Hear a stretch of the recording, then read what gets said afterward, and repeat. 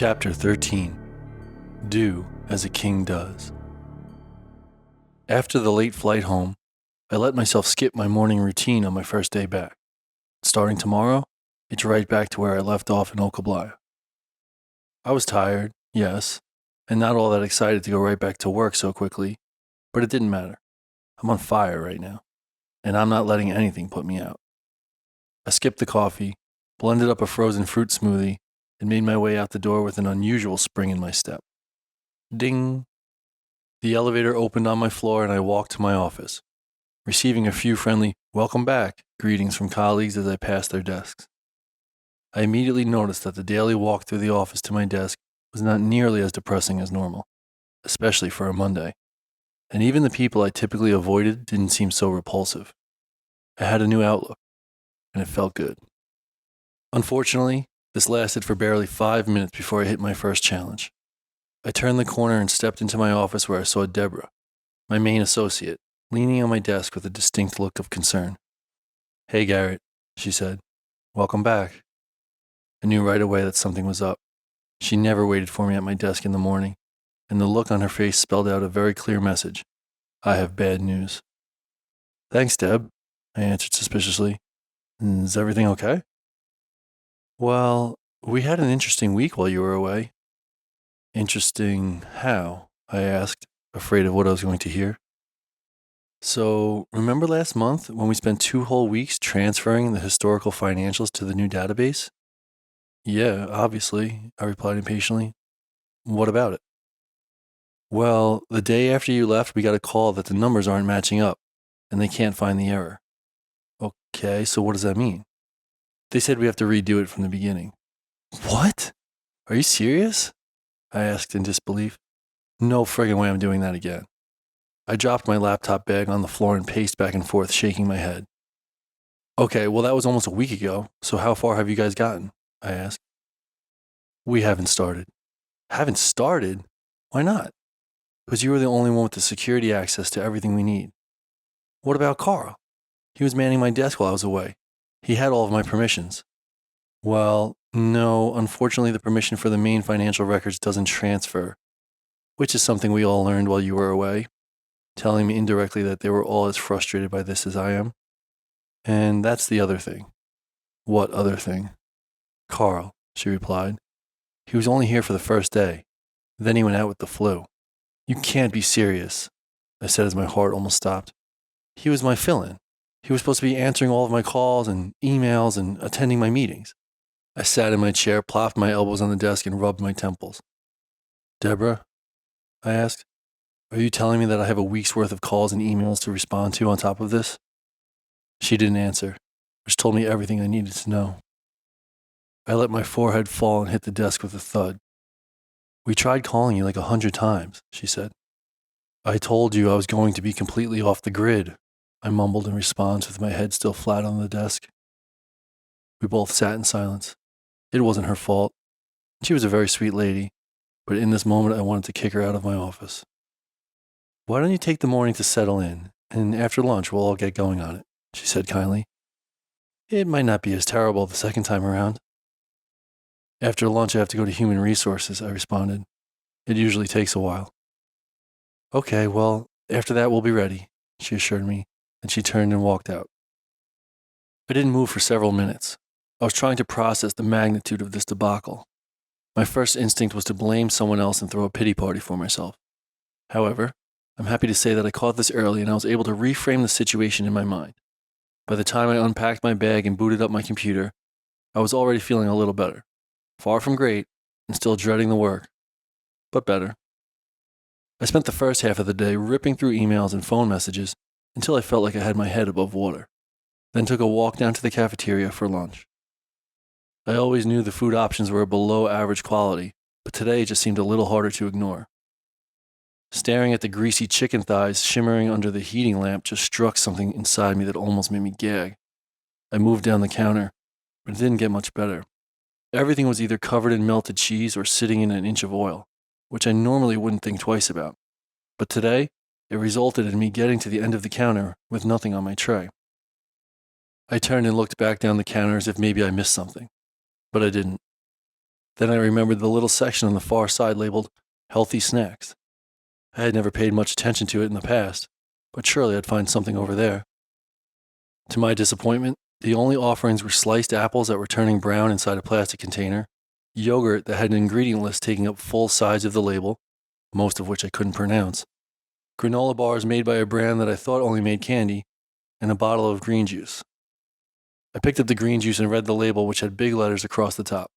Full daily servings of greens in each bottle, which I guess was meant to be a selling point by assuming I would be excited not to have to eat any more greens today. I decided to take it on the go and head to HR right away to talk to them about taking time off. Normally, I try to avoid HR at all costs. Anytime I was in this office, it meant long waits, lots of paperwork, and subliminal reminders about how boring my life was. But today was different, because today was about taking time off for SHIPHT, the most exciting thing I've ever had on my horizon. I got to the reception desk to see an elderly woman sitting in front of a computer. "Employee ID number, please," she said without taking her eyes off the computer screen. "D00301583, I responded. "Garret Everman?" "Yeah, that's me." "Okay, Mr. Everman, have a seat and we'll call you as soon as your representative is available." I sat down in the waiting room knowing it was going to be a while. I was facing an inspirational poster on the wall that read, "Believe it and you can achieve it," in big bold letters, with a picture of a woman standing at the top of a mountain smiling wide. Based on what she was wearing, her hairstyle, and the colorful graphics, I'd guess the poster was from the mid to late 90s. I noticed some magazines on the table next to me. Right on top was a copy of Men's Muscle, so I picked it up and flipped through.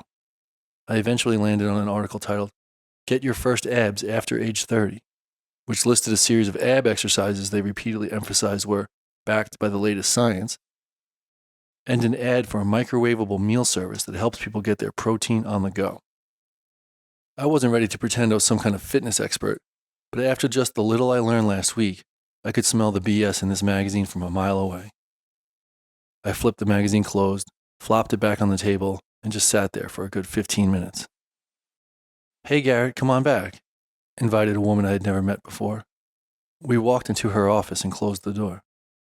"I'm Tiffany. I'm your new HR rep," she explained. "What happened to Tony?" I asked. "He retired." "He did?" I was surprised. "When?" "A few months ago." "Oh, I wish I would have known." "I'm sorry, were you and Tony friends?" "Well, no, not friends, but he was my rep since I started here almost 10 years ago. I would have liked to say goodbye."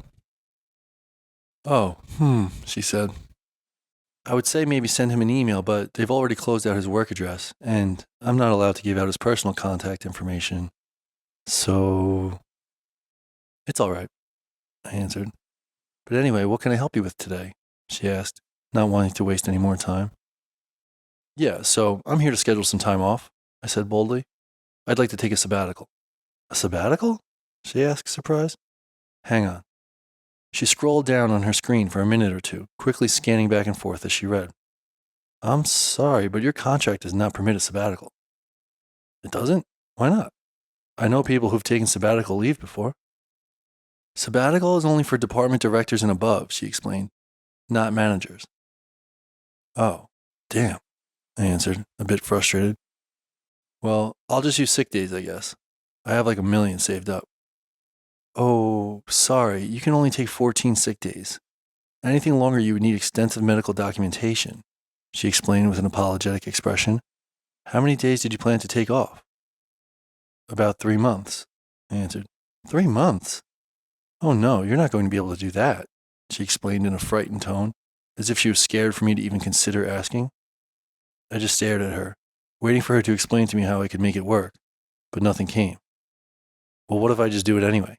What's the worst that could happen?" I asked, admittedly with a little bit of an attitude. "You would get fired." "Okay, and what kind of severance package would I get?" "I'm sorry, you wouldn't get a severance if you just stopped showing up. Technically, that's quitting." My heart sank. "If you want severance, you would need to get called in and fired on site. If it's due to anything classified as criminal activity, you won't get a severance package. But if it's just for office violations, you would." She turned back her screen and read more. "Looks like you don't have any violations written up on your file yet. and you would need 3 before you can get fired. I didn't answer. I just slumped into the chair trying to think of a solution to this mess. This just seems ridiculous, I shared. I've been here my entire adult life and I can't take some time off to travel? You can take 14 days, she answered. Maybe you can shorten your travel plans a little bit? She couldn't be serious. No, I can't, I responded in a huff as I stood up and headed toward the door. As I was about to leave, I turned around and said, I'm sorry. I know it's not your fault. It just sucks. And headed back to my office. Ah, shit, I said out loud as I walked in and saw everyone from my team in there waiting for me, ready to get started on round 2 of the data transfer. I forgot. Nobody said a word. They could definitely sense my frustration. I put my head down and took a breath, then lifted it and said, You know what, guys? Let's tackle this thing fresh in the morning. Did my best to put out a positive tone. I got in pretty late last night, and I have a few things to do today that are pretty urgent. I'm going to cut out now, and I'll be ready to go in the morning. I'll even get here an hour early to get a head start. You're just going to leave? Deborah asked. You'll get written up. That's okay, I answered with a smile. Everyone shuffled out silently. I grabbed my bag and left. As soon as I stepped out of the building, I felt a lot better. The one great thing about this job is how easy it is to leave it behind at the end of the day. Or in this case, around midday when you just can't take it anymore. The urgent thing I had planned wasn't anything that anyone else would classify as urgent. But to me, it was. I had plans to go to the bookstore right after work and check out the meditation section so I could keep my practice rolling. When I walked in, one of the greeters asked if I needed help, to which I asked her kindly to point me in the right direction. There's a section along the back wall called Meditation, Mindfulness, and Manifestation. You should find everything you're looking for. I headed straight over, where I was pleasantly surprised at the size of the selection. I had plenty of time, so I just started scanning the shelves, reading back covers and thumbing through anything that caught my eye. Ancient Secrets of the Egyptian Mystics was the first title I picked up, but after reading the inside flap, it sounded a little too obscure. Transcending Space and Time for Dummies was another that seemed interesting, but it didn't grab me quite enough to purchase. Finally, I saw a cover that pulled me in. The title of the book was It All Starts Within, Accessing Your Intuition and Your Inner Wisdom in the Age of Information by Dr. Richard Willis. It all starts within, I whispered to myself as I picked it up. It all starts within. I couldn't explain why, but something about it made it the easy choice. I didn't even need to preview the first chapter. I knew right away it was the best fit. So I walked up to the counter and got in line. As I was standing there, I noticed a shelf up front holding bookmarks, journals, and things like that. I never journaled before, but figured now was the time to start, and the leather-covered journal that was on sale looked perfect. I grabbed it, paid for both, and walked across the street to Jitter's coffee shop to enjoy the afternoon. I ordered matcha tea instead of coffee, and grabbed 2 bananas from a basket next to the register. It was the best I can do considering most of the options were just different variations of donuts and pastries.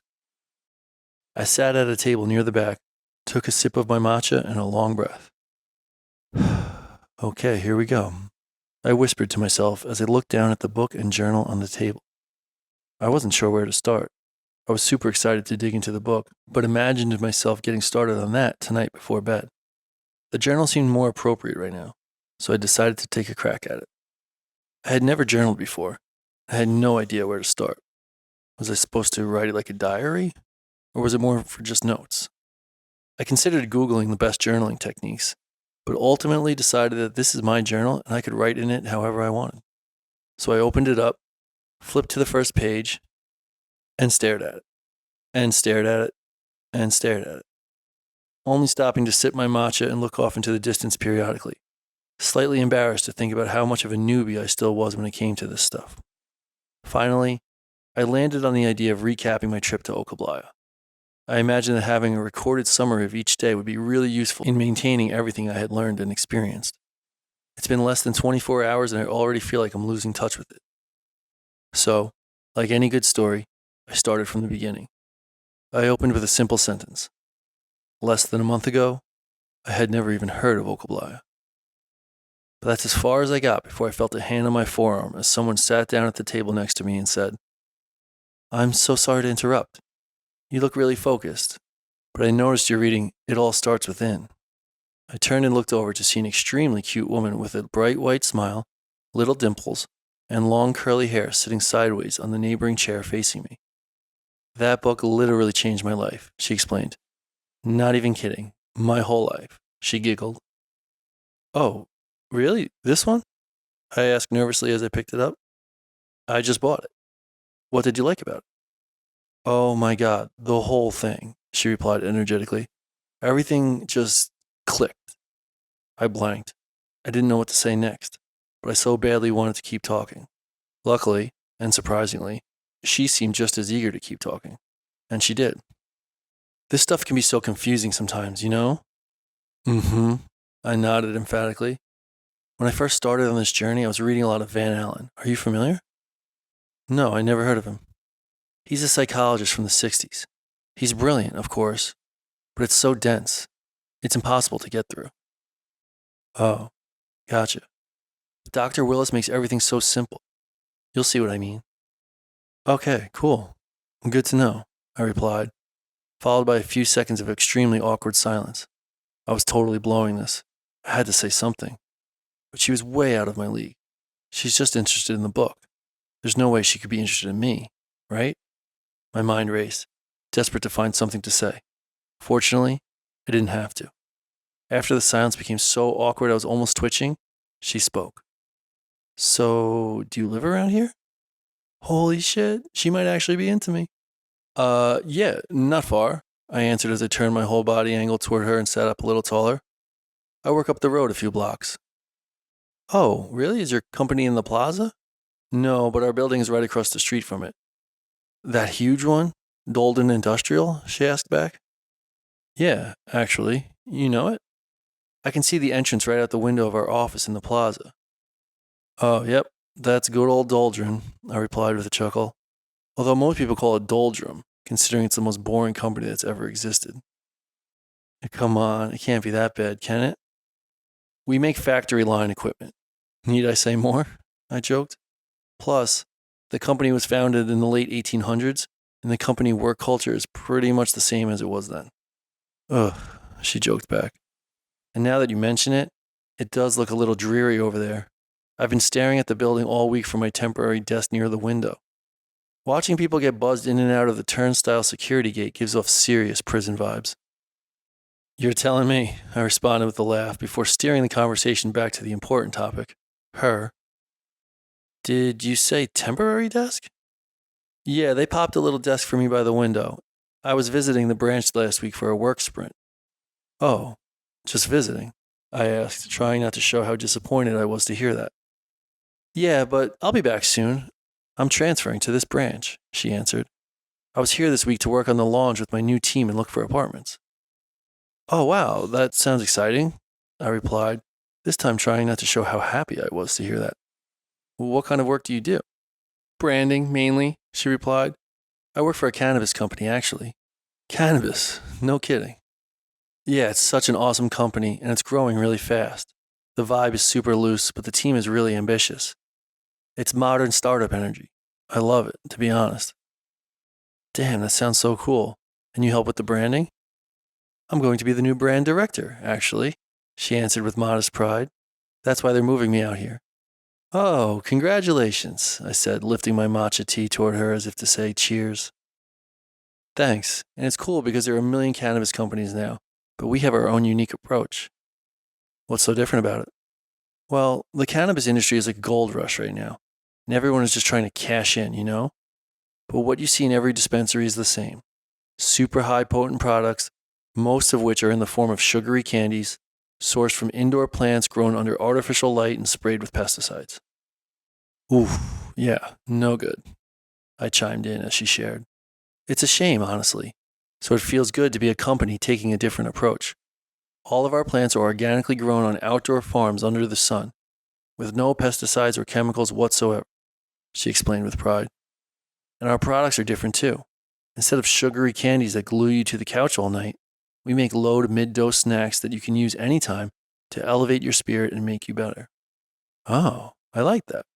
And all the edibles come in a healthy fruit and nut bar with no sweeteners or additives. We aren't targeting the lazy stoners. We are for people like you and I, the ones who are really trying to better themselves. I'm sold, I laughed. What's it called? I want to buy some. The brand is called Higher Self Supplements, she answered. It's a play on words, obviously, but our company believes that cannabis is a sacred medicine and can help you connect to your highest self if you use it properly. I know that might sound a little woo-woo, but no, not at all, I cut her off. You're speaking my language, actually. Okay, cool, she laughed. I had a feeling you'd get it. I couldn't believe what was happening. This was too good to be true. I have to ask her out. I can't blow this. So where are you moving in from? I'm from Oregon. Oh, wow, that's a big move. Yeah, it is. Old me would have been terrified, but new me is super excited. Okay, I have to ask her out. I have to. I felt my hands starting to shake as we both sat there in silence. Thankfully, she saved me again by speaking first. Maybe when I get to town, you can show me around a little. Oh, shit. You must have read my mind. I was just about to suggest the same thing, I replied, trying to play it cool. Should we swap contacts? Yeah, let's. She answered in a way that made me feel pretty good, I must admit. We handed each other our phones and inputted our contacts. I'm Garret, by the way. I saved it as Garret Everman. That's my full name. I slid the phone back to her. Perfect.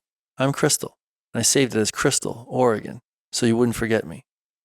Is she serious? Does she really think there's any chance I would forget her? I'm going to be counting down the days until she gets here. Are you in a big hurry? I asked. Why don't you sit over here and join me for a few? I'm actually heading to the airport to fly home this evening, but I have some time. I closed my journal and moved both books out of the way as she slid into the seat directly across from me, giving me another boost in confidence. And when do you get back in town? I asked. I'd be happy to show you around a little. I know a few great restaurants. Maybe we can grab dinner. Oh, that sounds perfect, she smiled. I'll be here in about 2 months. 2 months? I blurted out so loudly it startled her a little. Yeah, that's when they scheduled my transfer. Is that okay? Yeah, that's fine, I answered, trying to redeem my composure. I just have a trip coming up around then, and I guess I just assumed you'd be here before I left. Well, I'll be living here now, so it's not such a big deal, she answered cheerfully. Are you taking a vacation or something? More like a sabbatical. It would be a few months. Oh, a few months, she responded, now understanding why I reacted that way. Well, that's if it happens, I said. I had a meeting with HR this morning, and I don't think they're going to approve it. So at this point, it's a big if. We both sat quiet for a few moments and sipped our drinks. Crystal seemed to pick up on the fact that I was a little stressed about the situation.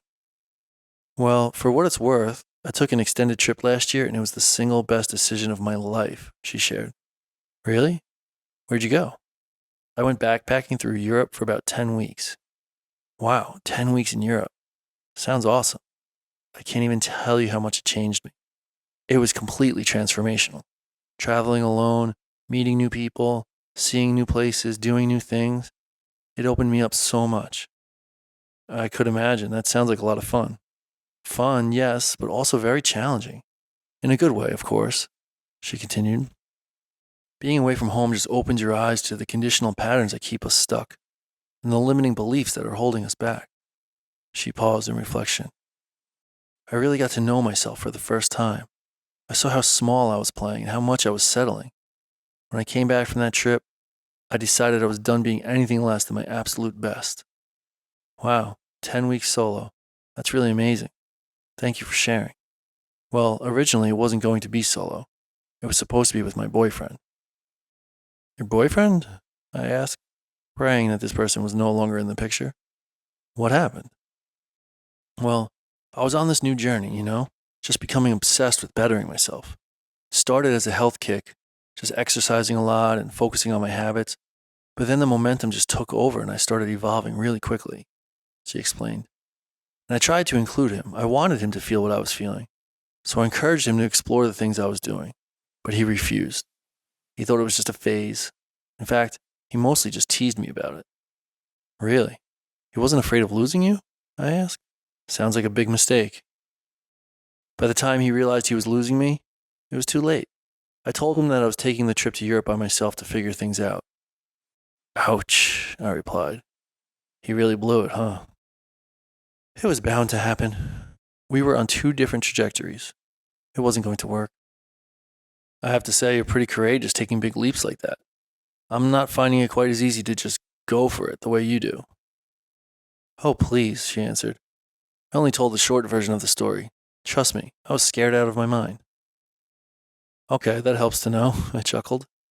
It was this book, really, that set it all in motion for me. She shared as she picked it up off the table and fanned the pages with her thumb. I'm telling you, it's powerful.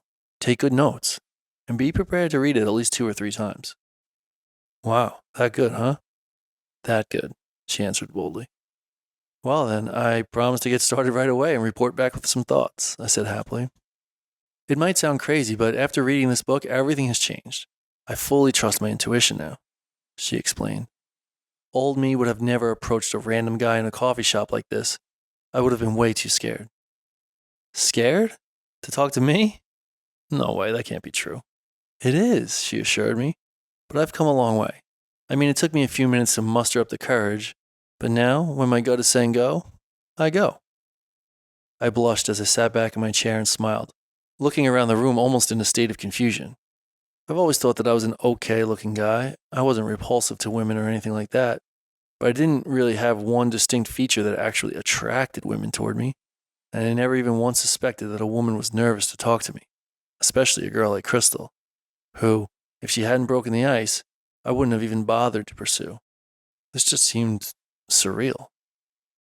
Well, I'm really happy you decided to trust your gut on this one, I said with a smile, to which she smiled back and replied, It hasn't steered me wrong yet.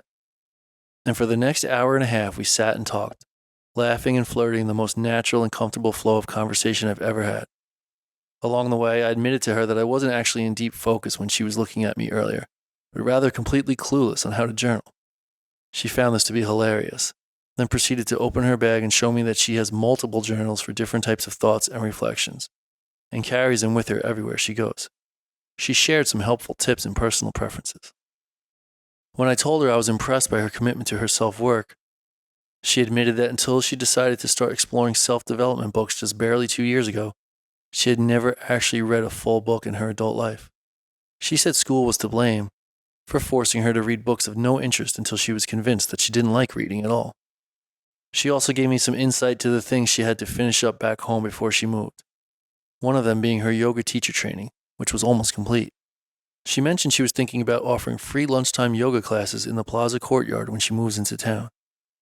She feels it, quote, would be a great way to meet new people and hone my craft as a teacher. To which I agreed and encouraged her to go for it, assuring her she'd have at least one consistent attendee, me. Eventually, the topic of Claire and the divorce came up, but I felt comfortable opening up to her. I didn't go into all the details, but I shared a lot more than I normally would. I also gave her the summary of how it all went down and the powerful release I had this week in my movement class. Talking to Crystal was so effortless. Neither one of us hesitated to take the topics below surface level and get to the important stuff. I was more honest and vulnerable with her than I've ever been with anyone outside of Okablaya in many years. Maybe she was out of my league, but she wasn't entirely out of my dimension. In fact, it seemed like we were in the exact same dimension, on the exact same wavelength. Sadly, the conversation eventually had to come to an end so she could get to the airport. She promised to reach out as we got closer to moving day, and I promised I would keep her updated on my plans for the trip once I knew. We exchanged a sincere hug and mutual feelings of gratitude about the connection we made, and she left.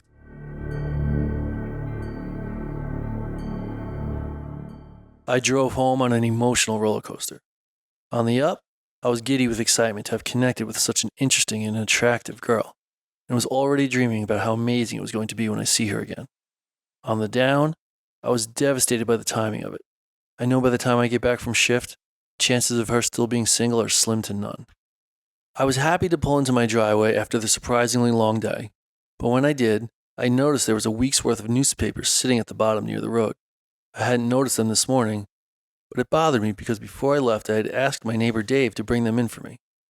Everyone knows that a pile of newspapers at the bottom of a driveway is a dead giveaway for burglars. I parked in the garage, then walked back out to get the papers. I made it about halfway down before I heard Dave call me from the next yard. "Hey, bud, welcome back," he shouted as he hopped down his porch steps and over toward me. "Oh, hey, Dave," I said as politely as I could, although I really didn't want to engage in conversation right now. Dave and I got along well, but he seemed to take an unhealthy amount of interest in the lives of other residents in the neighborhood. Most days I get away with just a smile and a wave, but when he walks over, I know I'm going to get an update on all the neighborhood gossip. Today, even more than usual, I wasn't interested. "How was your trip, man?" he asked as he reached the point in which our properties met. "It was great. Thanks. Really awesome," I answered. "Everything good at my place while I was away?" "At your place?" "Yeah, same as it always is. No noise, no people, no excitement at all. Just the landscapers. I thought you were going to take in the papers for me."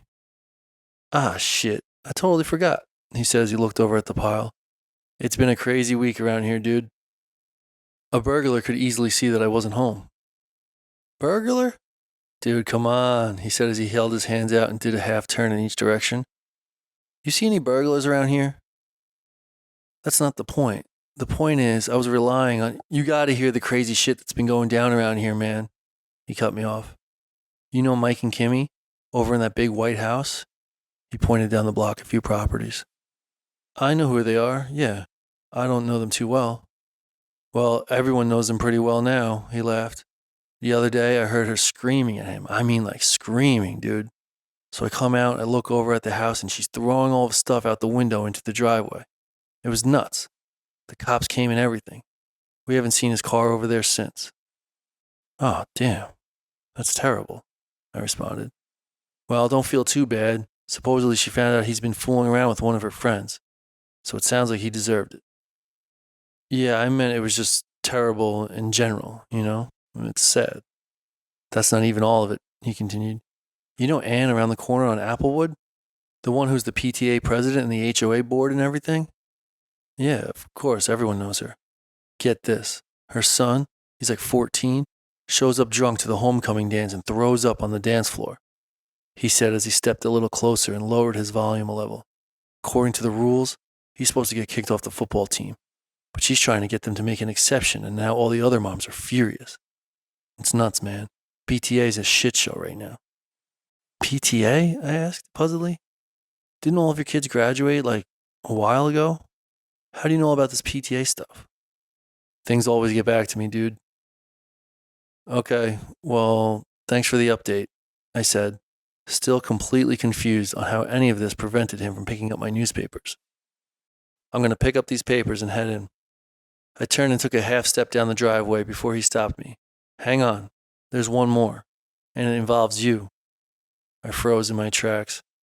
I hadn't a single clue what he meant, and I was not excited to find out. "You know that guy behind me, the one that's been building that big detached garage?"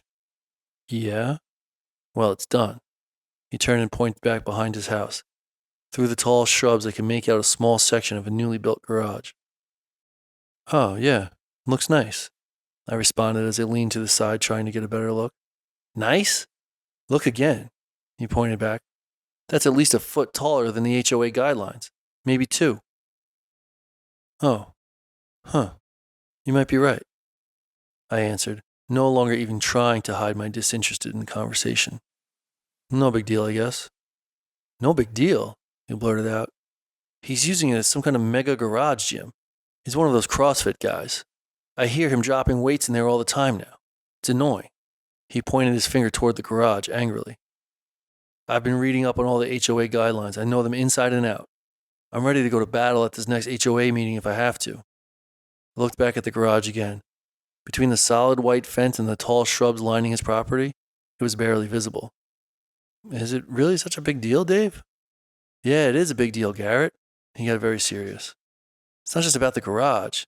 It's the principles of it. We have these rules in place for a reason. If we don't have these rules, what do we end up with?" Tall garages?" I shrugged, totally unable to see his point. "Chaos, man. We end up with chaos." "Okay, well, how does this involve me? You said this one involved me." "Your property touches his also, over in the corner." "Okay, so?" You got to have my back at the meeting. No way. I'm staying out of this. I'm sorry. I was proud of myself for being so upfront and honest. In the past, I might have allowed myself to be pushed around on something like this. Come on, man. Sorry, bud, I replied confidently, and decided to change the subject and say something I hadn't even fully thought out yet, but felt true in this moment. I'm actually thinking about moving out of here soon. I'm going to downsize. What? Move out? No way. You can't bail on me, man. Sorry, Dave. This house was supposed to be for a family. It's too much for me, I explained as I turned and started walking toward the papers, ensuring that this conversation was definitely about to end. I'm going to talk to my real estate agent this week.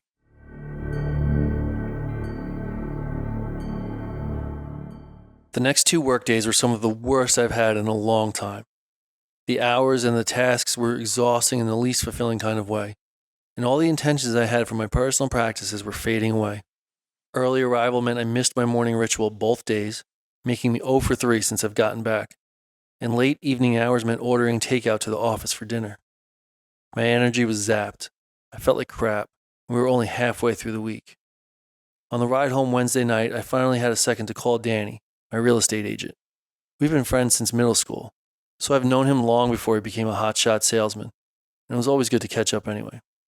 G-Man, came an excited voice from my car speakers as he answered. What did I do to deserve this honor?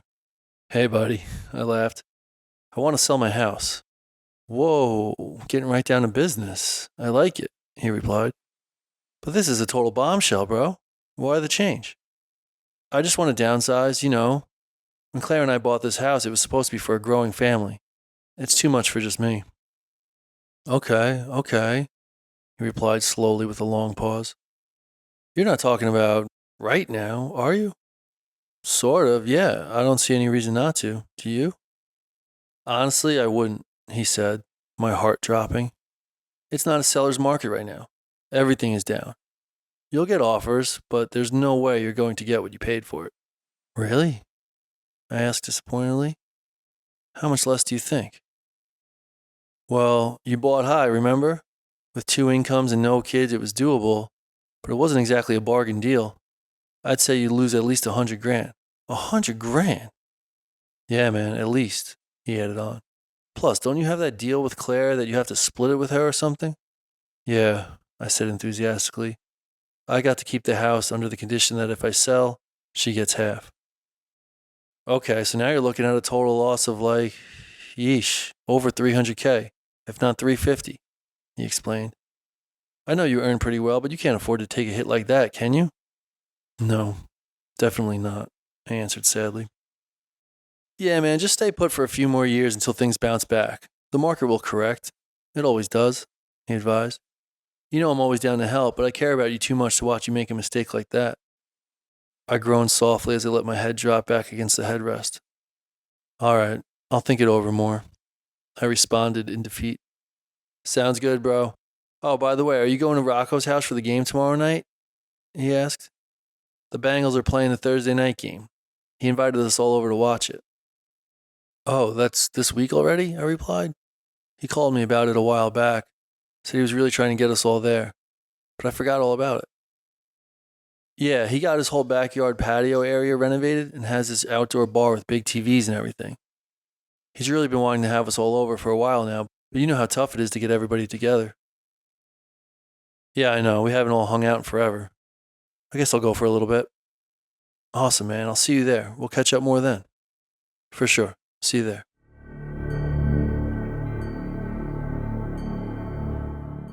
The next morning, Thursday, was my first chance to finally get my morning ritual going again. Admittedly, I did hit the snooze twice, but eventually willed my way out of bed, determined to get back on track. I was still sleepy-eyed as I opened the back door and stepped outside, but was jolted awake by the surprisingly cool air and cold, wet grass. Within a minute, I decided to head back inside to change into warmer clothes and sneakers. I rummaged through my closet looking for something that would keep me warm and also allow me to move easily, which took me a while to find. I eventually made it back out to the yard, laid down a towel, and sat cross-legged. Between the tall houses and trees, there was no direct sunlight hitting the grass yet, so I settled on some slow breathing and some stillness as my best bet for today. After the week I've been having since I got back, I needed it badly. I couldn't have gotten more than 5 breaths in when I heard a loud crashing noise nearby. What the hell was that? I thought. Then I heard it again about 10 seconds later, and again another 10 or so seconds after that. I realized it was coming from that new detached garage behind me. It must have been that CrossFit guy lifting and dropping weights. I shook it off and tried to get back into my zone, but the weights kept slamming. Dave was right. It was kind of annoying. Eventually, they either stopped or I was able to tune them out. I'm not sure which was true. But either way, I finally got to a place where they weren't a distraction anymore. Once I got to this quiet headspace, the obvious thoughts came rushing to the surface. It was almost Friday and I still hadn't officially accepted my invite to SHIPHT. I told Alacoa I was all in, but already in just a few days home, my plan was falling apart. The reality was setting in that I was probably going to have to quit my job in order to go, which doesn't seem logical at all. Not only that, this trip was likely to cost me a chance at dating the most amazing girl I've ever had a chance with. These thoughts looped through my head over and over. No progress toward a solution whatsoever. Instead of feeling more calm and clear, I actually felt more frustration and confusion as I went. The loops continued over and over before I was interrupted by a loud beeping noise of a truck backing up and a bunch of banging around in front of the house. I knew right away it was the garbage pickup, but why so early? The garbage didn't usually get picked up until I was already gone for work. Oh, shit. I got up and ran into the house to check the time. Sure enough, I should have been on the road 15 minutes ago. I showered and dressed as fast as possible and bolted out the door. Between the late start and the mistimed traffic, I was nearly an hour late by the time I pulled into the parking lot. I hurried to my office as fast as I could and was unpleasantly surprised to see Mr. Finnerty, my supervisor, waiting for me. "Hey, Garret, there you are," he greeted me. "Oh, hey, Mr. Finnerty," I responded nervously. "We've known each other for almost 10 years, Garret. Call me John." I nodded in agreement, waiting for him to explain why he was in my office. "Is everything okay?" I asked. "I'm actually here to ask you the same question," he said as he sipped coffee from his mug. "You were on vacation for a week, then disappeared early on your first day back, despite the fact that the department is drowning in data transfer work." "I'm really sorry. I had gotten in late the night before, and Carl was supposed to be covering for me." He stuck his hand up to stop me. "No need to explain. It's okay. I understand," he assured me. "I'm guessing you must have written me up," I asked. No, that's not necessary," he replied, to my disappointment. "I just want to check in on you, that's all. When I saw you were an hour late this morning, I started getting worried." "Yeah, an hour late. I guess you have to write me up for that." He chuckled and replied, "Garret, you've been an exemplary employee your whole career here. I'm not going to write you up just because you're having an off week. I just want to help." Damn it. "Shoot me straight, Garret. Is everything all right? Is something going on outside the office that we should be aware of?" "No, nothing like that," I answered. "Like I said, just a stressful situation to return to and feeling a little overwhelmed. That's all." "Okay, well, don't forget, with the new policy, you get 2 mental health days per year now. We give them to you for a reason. Don't be afraid to use them." "Oh, yeah, that's right. I totally forgot about those.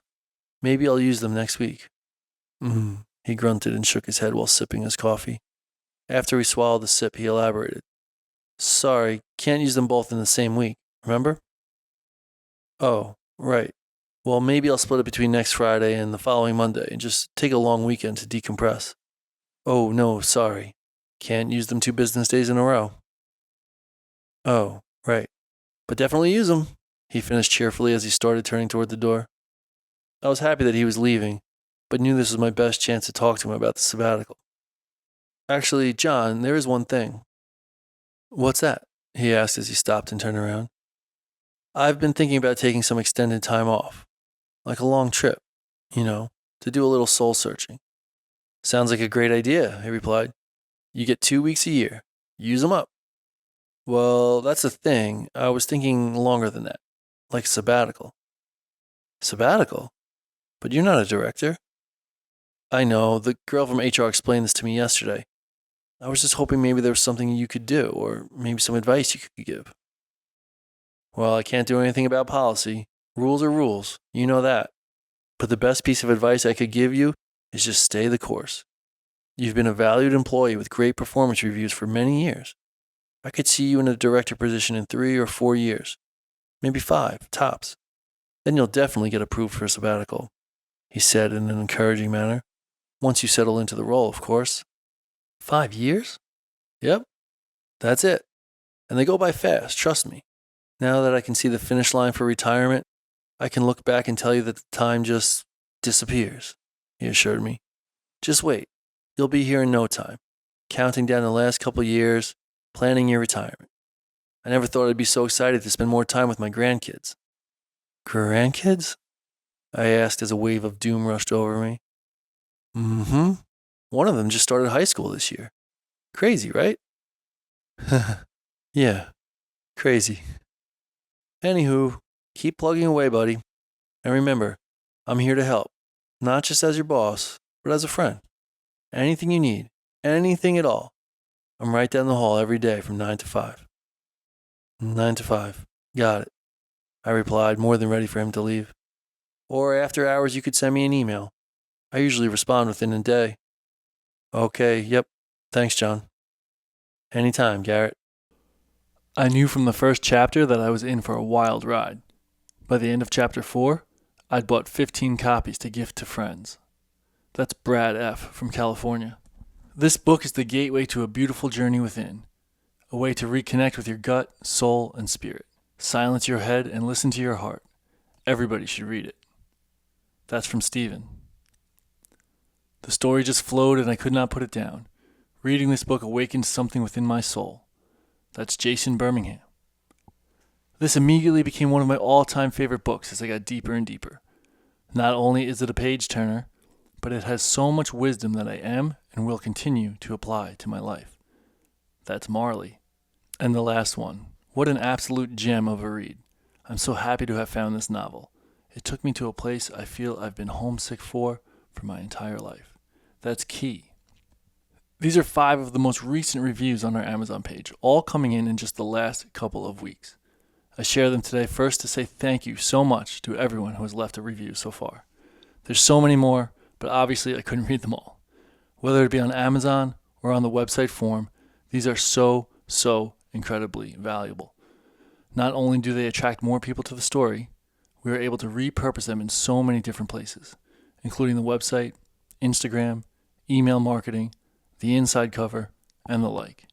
If you want to be one of the names on the list of my favorite fans, all you have to do is take about 5 minutes to drop a couple of honest lines about your experience with the story. You can leave a review on Amazon even if you haven't purchased a copy there.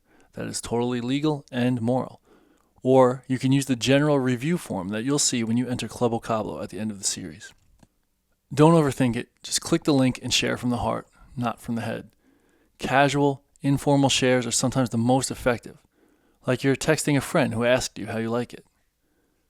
Thank you so much in advance, and after you leave your review, always be on the lookout on Instagram and the website to see your name featured, and who knows, maybe you'll make the inside cover of the next edition or the sequel.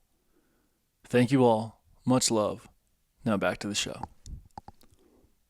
I had planned for tonight to be my first session back at the gym, but that was before I remembered about the plans with the boys for the game. So once again, I was forced to resort to, "I'll start tomorrow." I went straight home after work to eat and get ready. When I pulled up to Rocco's house, it looked like I was the first one there.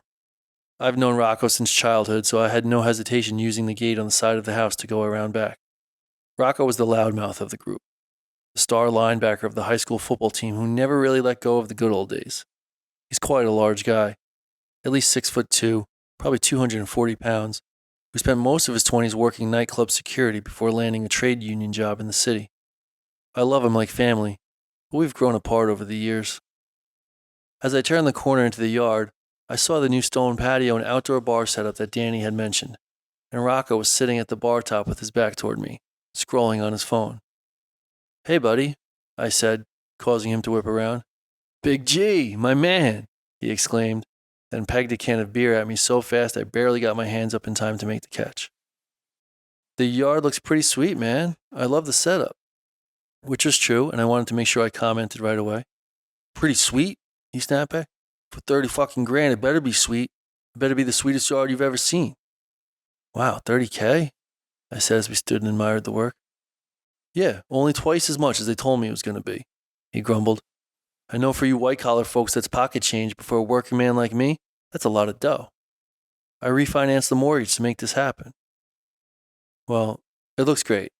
I'm happy for you, I said as I gave him a slap on the shoulder, not bothering to argue that $30,000 was not at all pocket change for me. And thanks for having us over. I sat down next to him at the bar top, which faced not one, but two big screen TVs. One was playing ESPN, the other was ESPN2, both with the audio on loudly. But still, neither quite clear enough to understand because of the music that was playing on the outdoor speakers. So where have you been? I tried calling you a few times last week to make sure you remembered about tonight, he asked as he returned to scrolling on his phone. Oh, I was unplugged all week. I took a staycation. I needed a little reset, you know? Really? So like, no phone or TV or anything? What the hell did you do the whole week? Well, like I said, just kind of reset the system. Caught up on sleep, ate well, exercised a little, meditated, stuff like that. Meditate? He asked surprisingly. Since when do you meditate?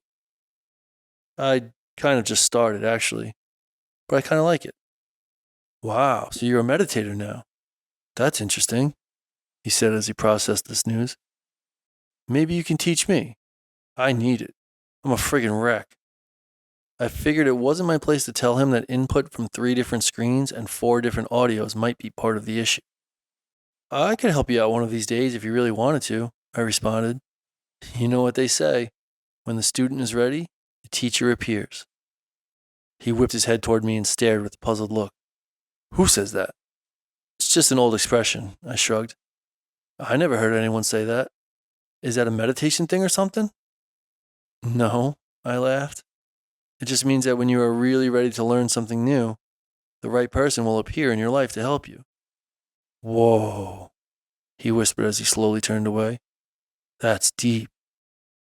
But for real, if you really want to learn, I might be able to help point you in the right... God damn it, he yelled so loudly it almost made me jump. I looked up and noticed he was reading the screen on one of the TVs. The Reds didn't cover the run line again, he explained. I don't know why I keep betting on these bums.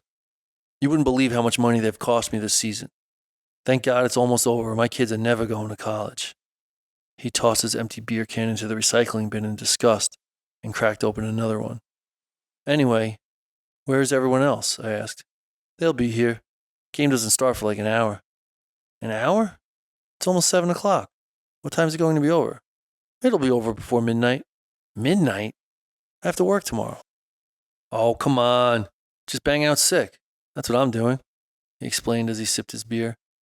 Doldrum's been around for like 200 years. I think they'll survive one day without you. I'll just leave at halftime, I answered. Oh, you're such a little bitch, he replied. We sat and watched the pregame show on one TV and last week's football highlights on the other TV. Rocco told me he has $400 on the Bengals to win by 3 or more tonight. And if they do, he'll win $3,000. He then went on about how much the new sports betting laws have changed his life. He was happy to share with me that he, quote, has finally discovered his passion, and it, quote, gives him something to live for. Then he insisted I sign up for an account as one of his referrals so he could get a free $100 bet. I told him I would think about it, but I really meant no. The next to arrive were Steve and Mikey, more friends I've known forever but almost never see anymore.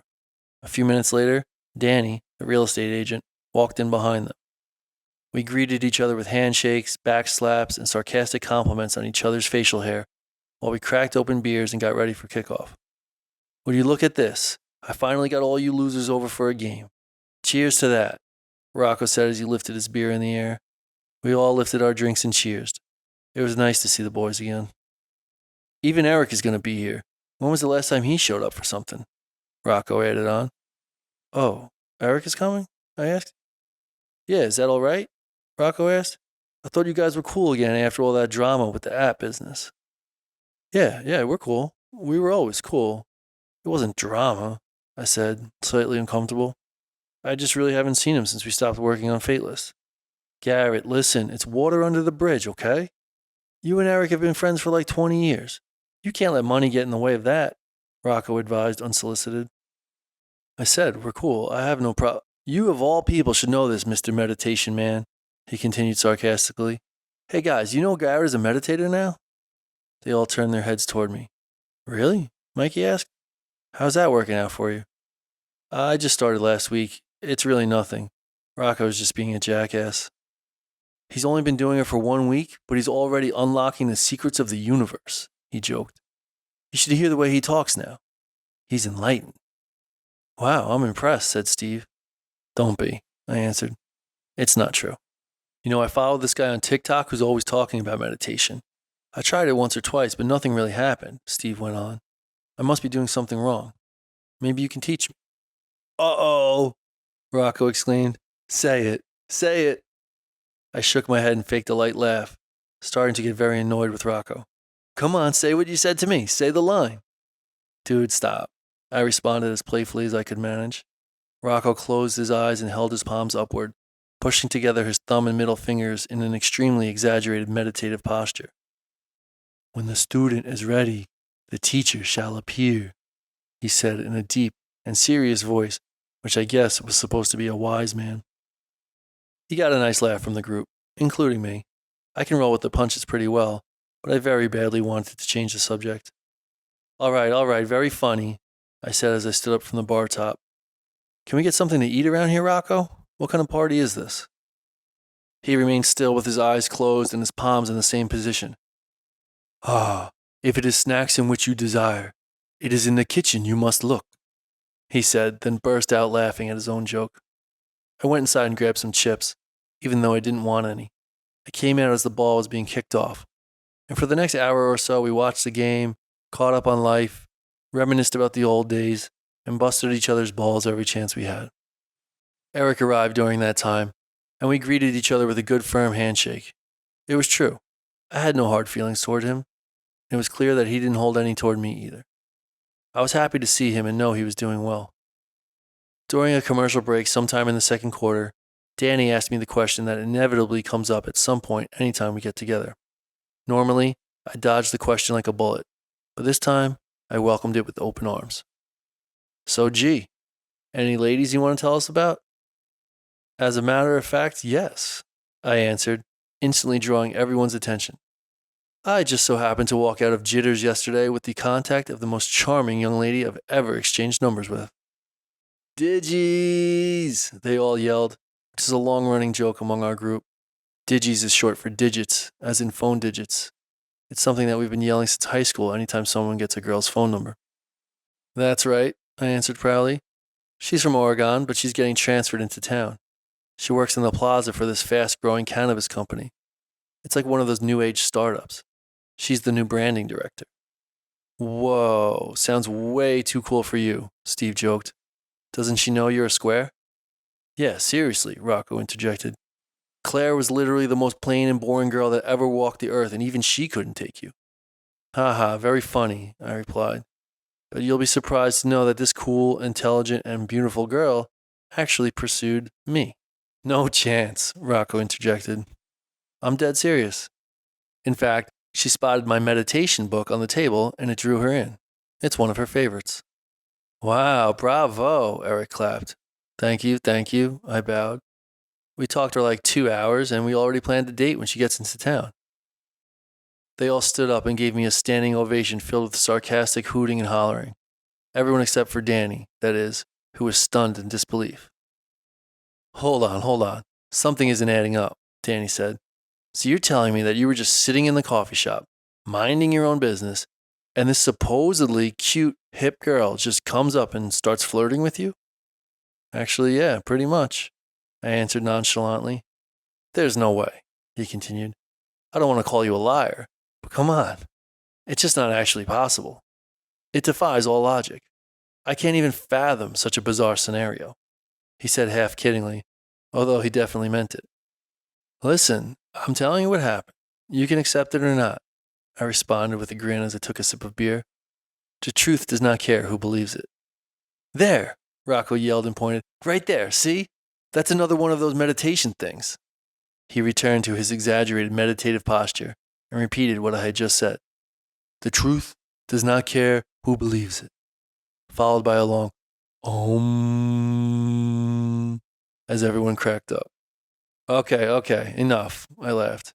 I don't know what else to say. She's cute, and she likes me, okay? When does she get into town? Eric asked sincerely, indirectly telling me that despite all the buffoonery, he was happy for me. Well, that's the only problem. She doesn't get here for 2 months. And I was actually thinking about doing some traveling around then. A long trip, 3 months. So now I have to figure out what to do. Are you nuts? Rocco yelled. Forget traveling. You can do that another time. You can't blow your chance with this girl. If she moves in and you're not here, she's going to figure out pretty quickly that she can get a way better guy than you in this town. He looked around at the group for confirmation, to which they all nodded in agreement. If you go away, you're screwed. We'll see, I said. Doldrin is giving me a hard time about taking time off anyway, so it's all up in the air. We turned our attention back to the game, and I kept watching and hanging out until about midway through the halftime show, when I announced to the group that it was time for me to head out. I gave one big group goodbye and headed around the house toward my car. As I reached to open my car door, I heard someone call out my name. Yo, Garret, hang on a second. It was Eric. Hey, it was really good seeing you. It's been too long, he said as he walked briskly to catch up. Yeah, man, I'm glad you made it tonight. I know you're really busy with the company and everything. Yeah, that's actually what I wanted to talk to you about, he said. I heard what you were saying about Doldrum not giving you the time off and stuff. Screw them, dude. Come work with me. Eric, you don't have to do this, okay? I responded. I appreciate it, but you don't owe me anything. I made the choice that I made, and I'm all right with it. I'm not saying this because I owe you something. I'm saying this because I care about you, bro. Doldrum sucks. We both know it. I don't want to see you waste your life away over there. Thanks, man, but I don't think... Just hear me out, he continued. We're launching a new sister company that's going to be a game changer. After the success of Fatelist, we have so much backing we can't lose. We raised our entire Series A without even needing a pitch deck. Dude, we have VCs lined up around the block. I turned and faced him, signaling that I was listening. Get this. It's a new software for restaurants that allows people to log in and custom design their entire dining experience before they get to the restaurant. Okay, I answered, not sure if I really followed. So for example, if you want to take this little lady from the coffee shop out on a date, you log in ahead of time, choose the number of courses, what each course is going to be, the wine pairings, the dessert, everything, he explained with excitement. Then when you show up, first course is on the table, drinks are already poured, and instead of fumbling around with the menu, you can just enjoy your time with each other. Okay, that's kind of cool, I guess, I said, even though I wasn't sold that this was quite the home run idea he was making it out to be. Now, instead of just impressing her by picking a great restaurant, you impress her by custom designing the entire night, just for her. He paused, expecting me to be more excited. What do you think? Sounds like it could be a hit. Oh, come on, Garret, he snapped. I see you, man. I know you're looking for more. These guys are great, don't get me wrong. We've been friends forever, but they're not exactly movers and shakers, he said in a volume only slightly above a whisper. You're different. I know you want to be doing something that matters, something with purpose. You got to feed that. Yes, I do, but is a trendy restaurant app really my purpose? It's not just about the product. It's the company. It's the lifestyle. Our office is fun, dude. No lame dress code. We have a game room. We have quarterly team retreats. We go to a different happy hour in the city every Friday. It's like the opposite of Doldrum. I didn't answer. I just stared off and thought, I'll personally design the perfect role for you. You'll be on Easy Street. By this time next year, you can take this girl from the coffee shop on a 6-month sabbatical if you want. Sail the Mediterranean or something. Paid time off. No questions asked. I don't know, man. I've been with Doldrin for 10 years now. I'll beat your salary by 25%. I appreciate that, dude, but I don't know, I answered again, starting to feel uncomfortable with the pressure. It's a lot to think about, and I already have some big decisions to make. Okay, that's fine. No worries. Take the weekend and sit with it. Just let me know by Monday, because if you're in, we'll need to get moving right away. By Monday? What's the big hurry? Well, we're about to officially kick off the beta build-out, he explained. Just need you to give me 6 months of Monday to Friday until launch, and then you're on cruise control from there. It's how startups go. 6 months, but I just told you I was planning to travel. Yeah, and I said you can travel as much as you want. Next year.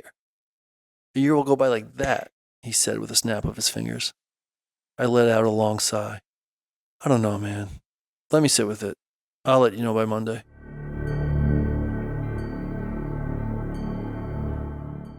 Friday morning, I forced myself out of bed on the first alarm. Even though I had left Rocco's house at halftime, by the time I was home and in bed, it had gotten pretty late. Added on top of the week I've been having, I was feeling tired. But I woke up today with a little chip on my shoulder. I was done letting everything get in the way of the things I know are best for me.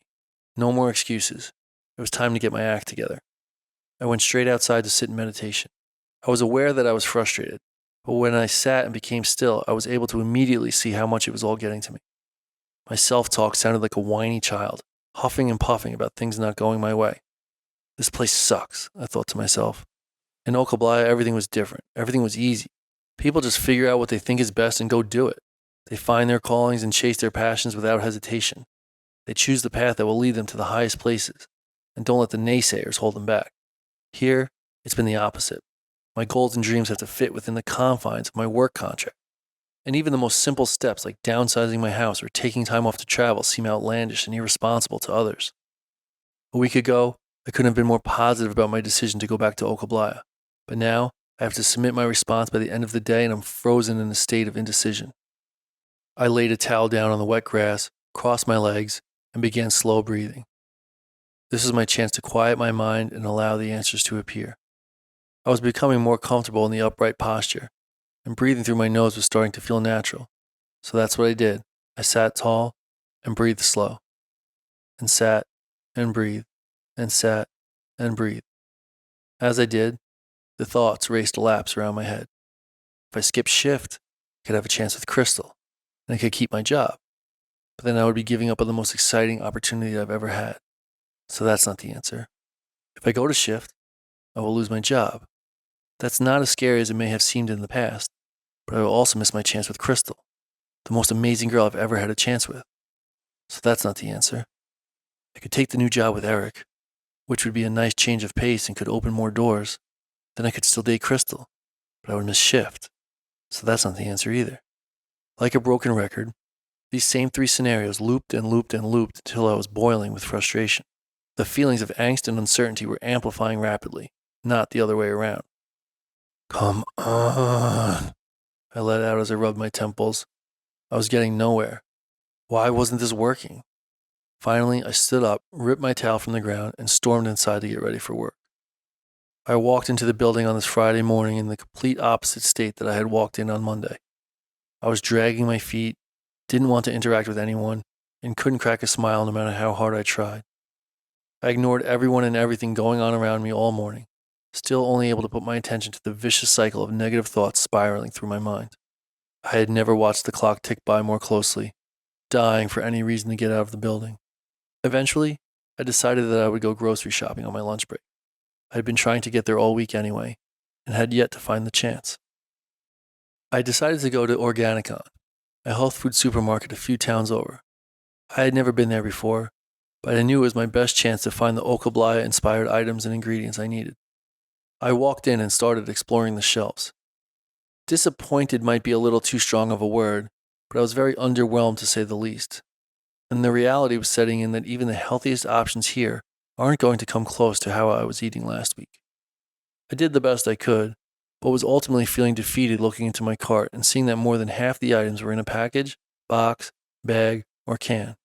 I was trudging along, reading the labels and negotiating with myself about each selection when I heard an unmistakably familiar female voice call out my name from behind me. Garret? Is that you? Oh, hey Claire. I turned and answered as cheerfully as I could, when in reality she was literally the last person I wanted to bump into. We had only interacted a small handful of times in the last few years since the divorce, and the exchanges were all painfully awkward and uncomfortable. Oh my God, hey! She called out in an inauthentically excited tone. Since when do you shop here? Well, this is my first time, actually. That's so funny, she replied. I never imagined seeing you here. Followed by a long and very awkward silence. I had no idea what to say, so I turned my attention toward her young baby sitting in the shopping cart. Wow, the baby's getting so big, I said, breaking the silence. How old is she now? I know, right? She's 18 months already, she answered as she tickled the baby's tummy in the shopping cart. My little munchkin. Wow, 18 months, huh? Last time I bumped into you, you were just a few months pregnant. I know, the time flies by, am I right? I smiled and nodded as I shuffled my feet uncomfortably. The awkward tension was increasing exponentially. You look good, she said politely. Have you been going to the gym or something? Something seems different. Not too much, but I'm getting started again soon. But I did just get back from a wellness trip, so I'm feeling pretty good. That's also why I'm shopping here now. Wow, that's exciting. Good for you, Garret. Thanks. I'm feeling motivated to finally make some changes, I shared. Oh yeah? Like what? A whole bunch of things, really. I want to do some more traveling, maybe a long trip, do some soul searching and stuff. Whoa, that's cool. Yeah, the only thing is, it looks like I'm going to have to quit Doldrin if I want to do that. Garret, she gasped as she hit me on the arm. Are you crazy? You've been working there your whole life. You can't just quit and go on vacation. What happens when you get back? Hey, I'm broadening my horizons, I replied with a forced smile, even though I wanted to tell her off. I'm making changes. I'm taking chances. Okay, well, I just don't want you to get carried away. We know you have a track record for making impulsive decisions and not following through, she said in her distinct voice of disapproval I had heard many times before. Remember when you spent $5,000 on a mountain bike because you swore it was your new passion? I hung my head and looked at the floor. You used it once, she finished, even though the point had already been made clear. Or what about your crypto phase? You spent every night studying and watching videos for like 6 months, but you never invested a single dollar. This is different, Claire, I said sternly. She tilted her head sideways and gave me a look that told me she didn't believe me. When I saw you at the funeral a few years ago, you told me you were developing an app and were pivoting into the tech space, she said with sarcastic air quotes. What happened to that? Okay, Claire, thanks. I get what you're saying. I'll think it through. It was good bumping. Hang on, she pulled back a step, picking up on my signals that I wasn't loving her input. I'm sorry, Garret. I shouldn't project on you. You're a smart guy. I'm not here to make your decisions anymore, but I still care about you and I want what's best. I want to see you happy. I lifted my head and forced a polite smile. I don't want you to do anything you might regret, that's all. She gave me a sincere look of concern. Just be smart, okay? As I drove home Friday evening, I was officially spiraling, and I didn't care. Bumping into Claire put me over the edge. I don't get it. We've been divorced for years, yet suddenly she appears out of nowhere just in time to judge my decisions and remind me of all my failures. I had to make my decision about SHIPHT in the next few hours, and I was still as stuck as I was at the beginning of the week. More stuck, actually. I stepped into the door and dropped my bag on the floor so abruptly it echoed through the living room. In all these years, I've never noticed an echo, but today I heard it loud and clear, and it couldn't be more fitting. I looked around the house, seeing everything through a new lens. It was the same as it had been for several years, but now all I could see was this big, sad, empty box that I didn't even want anymore. And to top it off, I now feel trapped inside because I can't sell it. The house was the only thing I was seeing through a new lens. Work was the same way. Instead of a decent-paying, relatively low-stress job that afforded me a nice life, now all I could see was a cold, disconnected, prison-like breeding ground for mediocrity, where the only way to escape is to surrender to being average for the rest of your life. And maybe the biggest revelation of all is my friend group. They're great buddies that have been in my life forever, but this week has made me realize that I have nobody that I trust to really listen, hear me out, and understand me enough to weigh in and support me. It's not their fault. I have no resentment toward them, but I'm about to make possibly the biggest decision of my life, and I feel all alone and, quite frankly, afraid. I wish Alakoa was here. He would know exactly how to coach me through this. Actually, hang on, I said out loud. The DDC. I can message him. I went to my bag and pulled out the instructions to connect to the decentralized digital common space. It walked me step by step on how to connect, and even though I couldn't really explain how it worked, it did, and it was surprisingly simple. As it loaded, the only thing that appeared was the homepage we went over at orientation. At the top was my name in big bold letters, Garret Everman, with slightly smaller letters underneath that said, School of Higher Intelligence and Personal Health Transformation, Class 2024.3. Under that, 2 clickable options, one that read Accept, the other that read Decline. I tried to exit out, click outside of it, drag it down, minimize it, or navigate around it, but I couldn't. That was it. One option. Yes or no. I couldn't access the communication channels at all. Damn it. I pounded my fist on the table, remembering now that this was explained to me already. That should have been obvious. Of course we can't talk to anyone. We have to make this decision on our own. That's like Okablaya 101. I pushed myself back away from my desk and plopped down on the edge of my bed, leaned my elbows on my knees, and hung my head. After several minutes in the position, I heard my phone vibrate on my desk, signaling an incoming text message. I walked over to read it, but the top banner notification slid up before I could. The only thing I caught was the name, Crystal, Oregon. I snatched the phone off the desk and opened the message as fast as I could. It read, "Hey, how's the book so far? I hope I didn't overhype it. Whoops, emoji face." I dropped the phone back on the desk and looked over to my nightstand in total shame. There was the book, just sitting there with the receipt sticking out, still untouched. How the hell was I supposed to answer her? What was I supposed to say? Oh, hey, you mean the book that changed your life, sparked our connection, and might be powerful enough to help me through this critical life decision? That one? Nah, haven't gotten around to it. I felt pathetic. Nothing says poser like a guy who buys self-development books and never reads them. The only reason she's even into me is because she thinks I'm on the path, like her.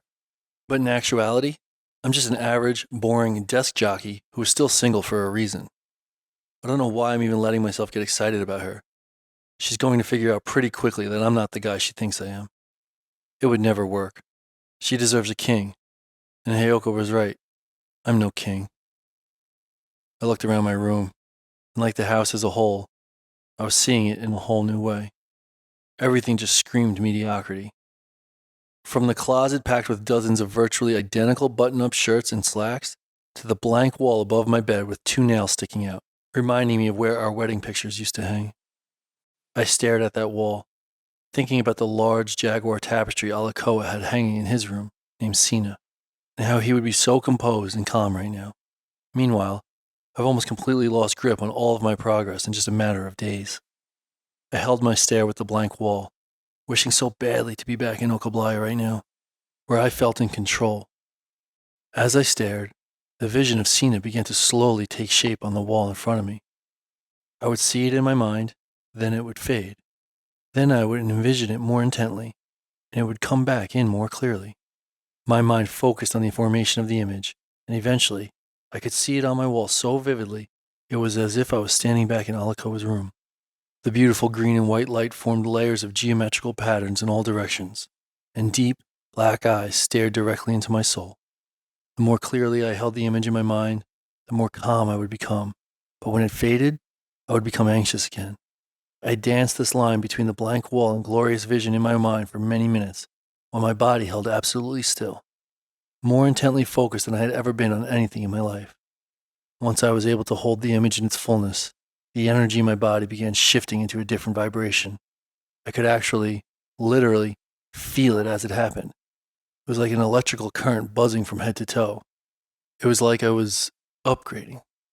Then my inner dialogue started up again, but this time it was a different voice. It was deeper, bolder, richer, more expansive, more robust, like a booming whisper that was engulfing me from all directions. The voice bellowed with a tone of unshakable calm, like Alcoa and many others I had met last week when they were sharing their wisdom. But this voice did not belong to any of them. This voice, without any shadow of a doubt, was mine. As the voice took over, the story in my mind took a whole new shape as well. Instead of being so focused on the micro details of each situation, I saw the problems from a more zoomed out position, a higher vantage point. Instead of negative thoughts swirling around my head, they all kind of morphed together into a sensation of one singular problem. It was as if the challenges were all just slight variations of each other, and they could all be boiled down to one simple question that the voice asked me directly. Are you being true to yourself? There was no separation of question and answer. In a state of total singularity, the same instant I heard the question, I felt the answer. It was an unmistakable no. When I became aware that I was being untrue to myself, I felt myself deflate for just a moment. However, I quickly re-engaged with this higher state of consciousness as my gaze penetrated into the deep black eyes of Sina. My spine lifted long and tall, my chest opened with a rush of pride, and the deep whisper returned with one very simple sentence. If you want to be a king, you must do as a king does. I immediately felt the answers I needed, all of the answers, all at once. It was as if my mind processed every factor and variable of each situation in the exact same fraction of a second and spit out the perfect solution. But the solution didn't come in words. This was a level of consciousness beyond words.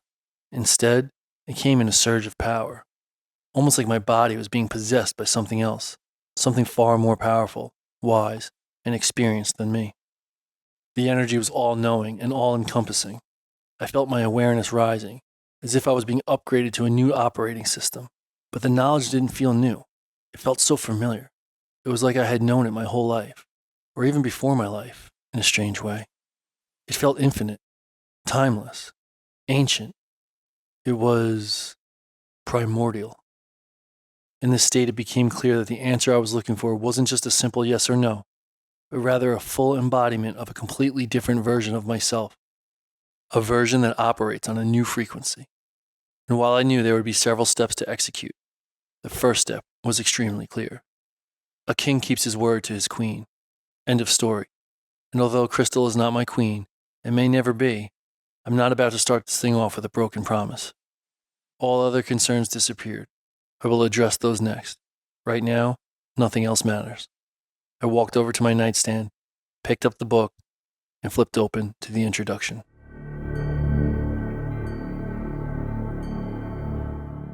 It all starts within.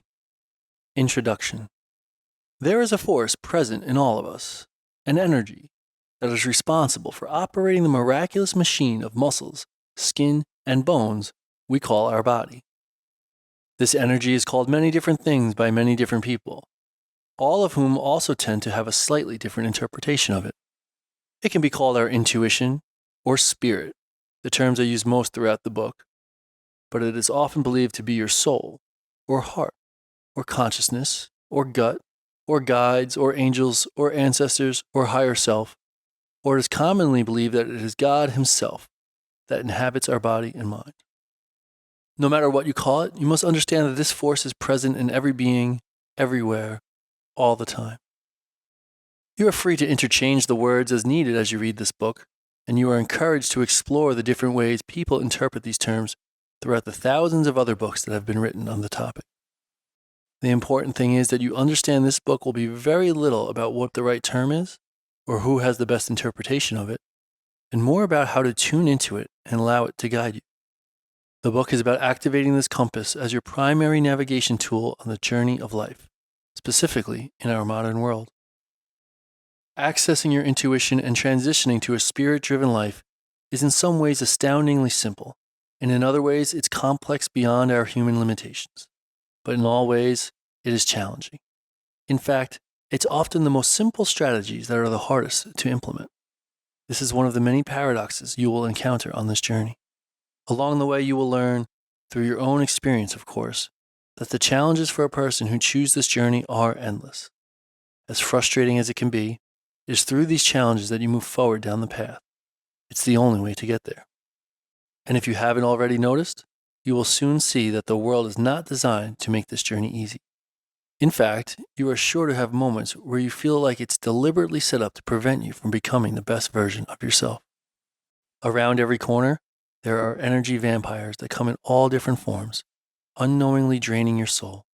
In every conversation are mental parasites that want to penetrate your mind and take over control of your inner voice, and your physical body is being attacked from all angles, at all times. But you must accept these challenges with grace and gratitude, because it's these opposing forces that keep your senses heightened and your sword sharp. Oftentimes, you will meet the most resistance from the people around you, the people in which you expect to support you the most. Your social groups will disapprove of your new direction, very indirectly, of course, only because they don't want to lose the version of you that they know. They love you, even if they never actually say it. Your friends will tease and joke, completely unaware, of course, only because they don't want to lose the version of you that they know. They love you, even if they never actually say it. Your family will try to talk some sense into you, help you rationalize, and unknowingly encourage you to think smaller. They'll say they just want what's best for you, and they do, because they don't want to lose the version of you that they love. They love you dearly, even if you don't say it to each other enough. But once again, you must accept these challenges with grace and gratitude, because it is this same force of love that fuels your journey to become your true self. Intuitive living is not always a path of fluffy feel-goodness, but rather a beautiful flow of life that includes the tallest peaks and the deepest valleys. Difficult decisions and leaps of faith will soon be daily occurrences, and your biggest steps forward will often be disguised as terrible failures. It will take heart, it will take courage, it will take strength and grit and determination and perseverance and everything in between, and it will take everything you've got.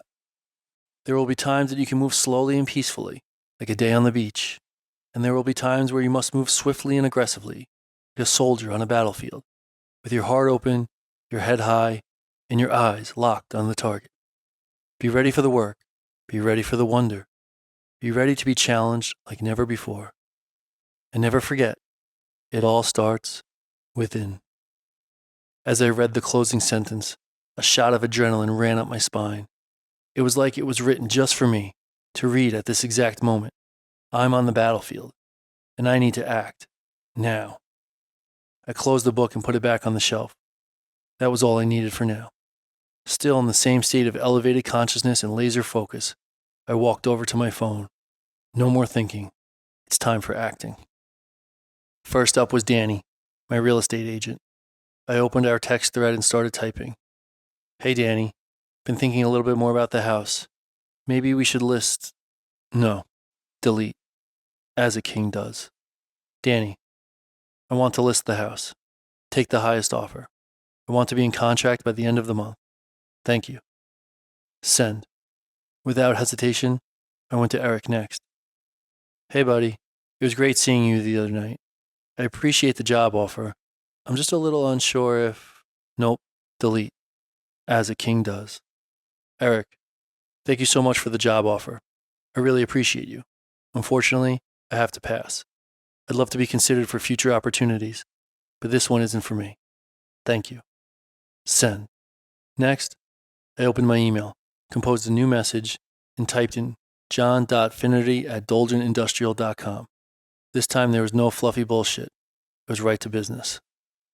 Dear Mr. Finnerty, after much consideration, I've decided that my time at Dolgen Industrial is coming to an end.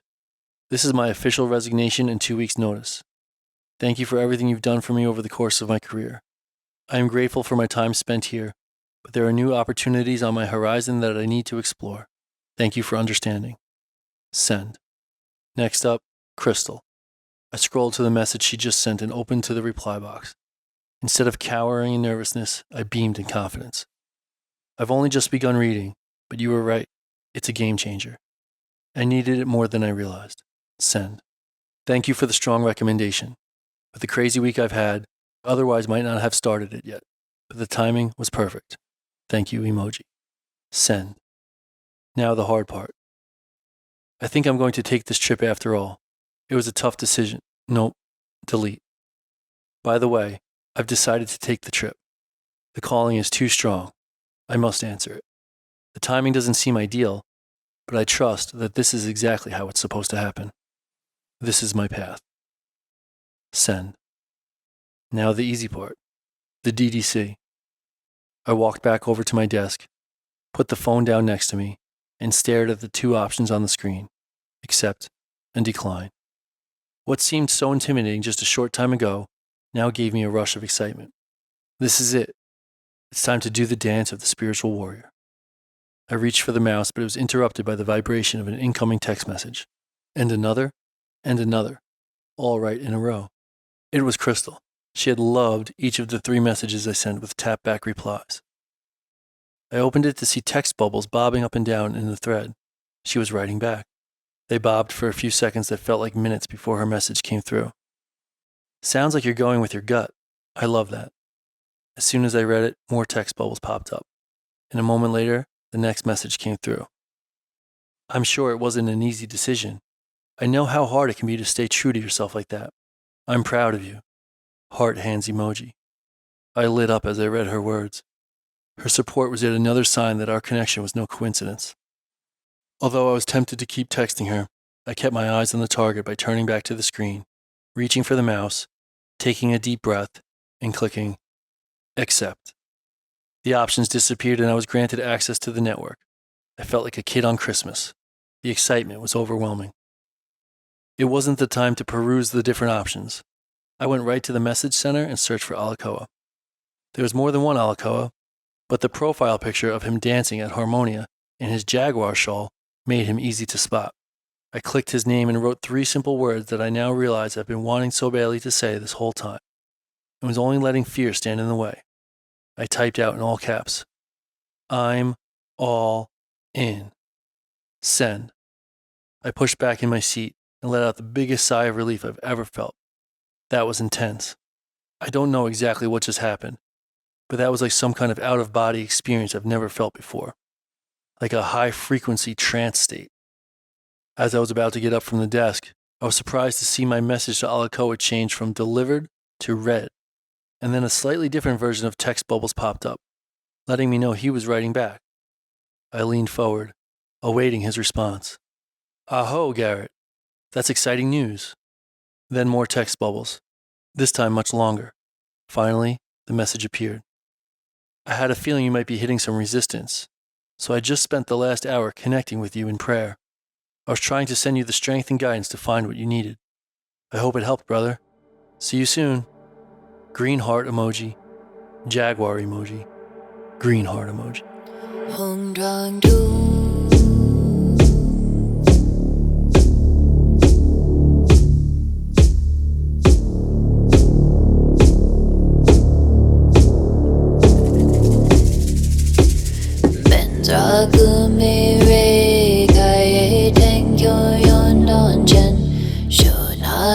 Ni sadak ma ge bugin chen ko che na tu ze chor to de she la yo kong kon son dun dum bell tu pe da la ne de pe le ge dre bu ji pa